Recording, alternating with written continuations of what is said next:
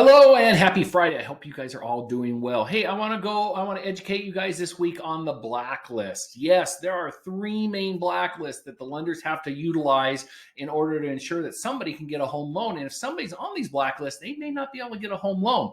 And the reason why I'm bringing this up is a couple weeks ago, I had a realtor that borrowers were qualified with another lender, and the other lender didn't run these blacklists. So there are three main blacklists in our world. There is LDP, or Limited Denial Participation, GSA, Government Service Administration, and CAVRS. And CAVRS is a long acronym, but it's CAVRS.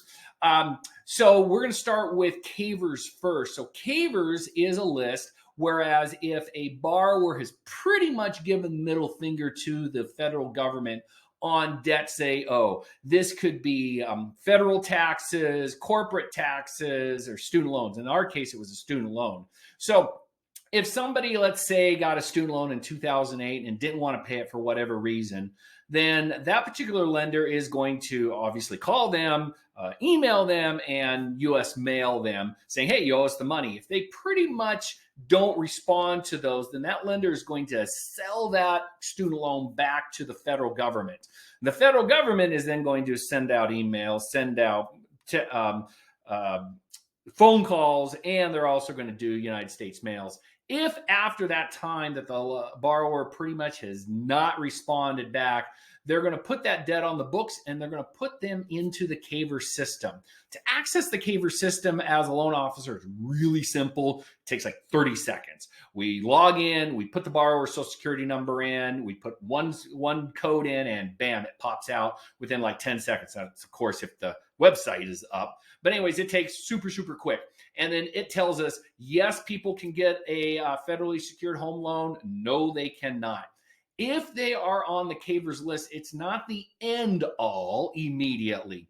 The borrower can actually contact, we give them the contact name, the contact phone number, and all the data necessary. They can contact the person they owe the debt to, and they can either pay it in full, which means that then the person can actually come off the CAVRS list in about 7 days, sometimes sooner, or they can start making payment arrangements. If they make 9 on-time payments, then on the 10th month, they can actually be removed from the CAVRS system. So this is a pretty eye-opening experience for a lot of people.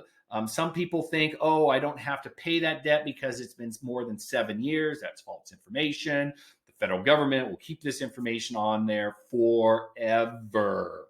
The other two lists, LDP and GSA, these are lists if you really have ticked off the federal government. So you have defrauded the federal government, you're criminals in a corporate federal government, just a lot of different stuff.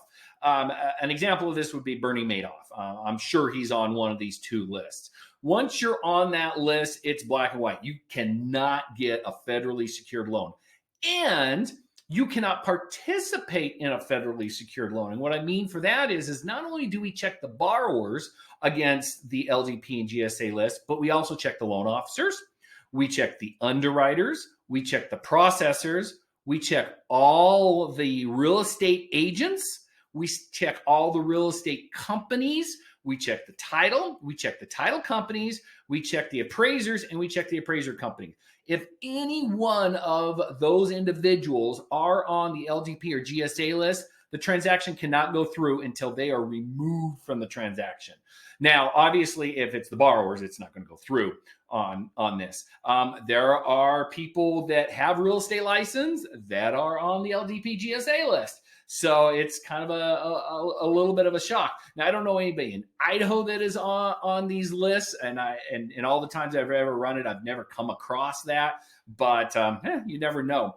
So if you're on the LDP GSA list, these have to be the people on that transaction cannot be on that transaction. So the process of that, like I said, each one of these lists take maybe 30 seconds to run. Our policy is here, we get the loan application, we run credit report, we run the LDP GSA CAVRS list immediately. Some lenders don't run it until it's after or out of underwriting, and this can cause quite a bit of chaos because by the time you're out of underwriting, you may have already ordered the appraisal. You may be already have non-refundable earnest money. You may have already ordered the home inspection. So any type of government loan right now, specifically FHA, and rural development, these lists have to be run. But we're starting to see on conventional side these lists being run because more and more people are defaulting, specifically on student loans. And if they've defaulted on student loans, this could damage the likelihood of them getting a home loan. Hey, a couple other quick things for you. Rates are in the 5s. Let's call it good. Rates are going to be in the 6s. Rates could be going even higher on this one here. Federal Reserve needs to get their act in gear and get us into less inflation. Also, don't forget on July 1st, a majority of people's medical collections are going to be pulled off. Now, paid collections, I'll say, will be pulled off their credit report. We're going to go through our files. We're going to see if there's anybody that may have a significant amount of medical collections, and they're going to be gone, for the better lack of words, on July 1st. This is, I blogged about this about 2-3 weeks ago when the announcement came out, but this is going to be pretty spectacular for people that may have not been eligible for home loans due to low credit scores because of medical collections. And now come July 1st, everybody could get a nice little FICO jump. So thank you very much. I appreciate it as always, and you guys have a great and wonderful weekend.